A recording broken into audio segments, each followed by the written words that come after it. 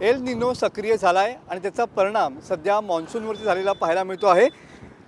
El Nino सक्रिय झाल्यामुळं मान्सूनला या ठिकाणी ब्रेक लागलेला पाहायला मिळतो आहे। पुढील काही दिवस पावसाची ओढ ही कायम राहणार आहे।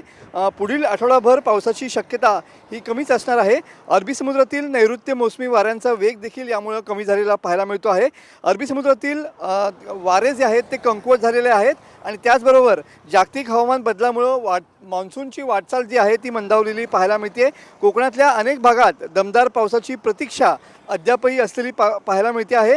पावसाची ओढ पाहता बळीराजांना पेरणीची घाई करू नये असा सल्ला जो आहे तो या ठिकाणी कृषी विभागाने दिलेला पाहायला मिळतो आहे।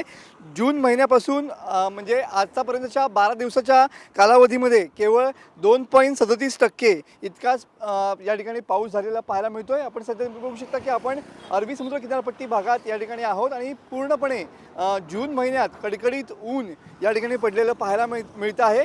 काळ्या ढगांची दाटीवाटी देखील कुठल्याच या अरबी समुद्र पट्ट्यामध्ये या ठिकाणी पाहायला मिळत नाही आहे।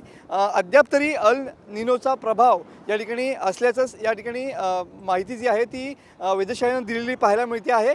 पुढच्या आठवड्यापासून कदाचित मान्सून सक्रिय होईल आणि त्यानंतर खऱ्या अर्थानं दमदार पावसाची जी प्रतीक्षा आहे ती संपण्याची शक्यता या ठिकाणी हवामान खात्यानं वर्तवलेली पाहायला मिळते आहे।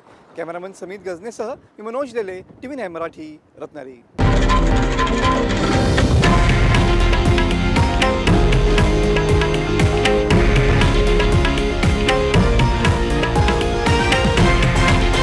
हे आहे देशातील नंबर 1 न्यूज नेटवर्क आणि आपण पाहत आहात TV9 मराठी, एकमेव।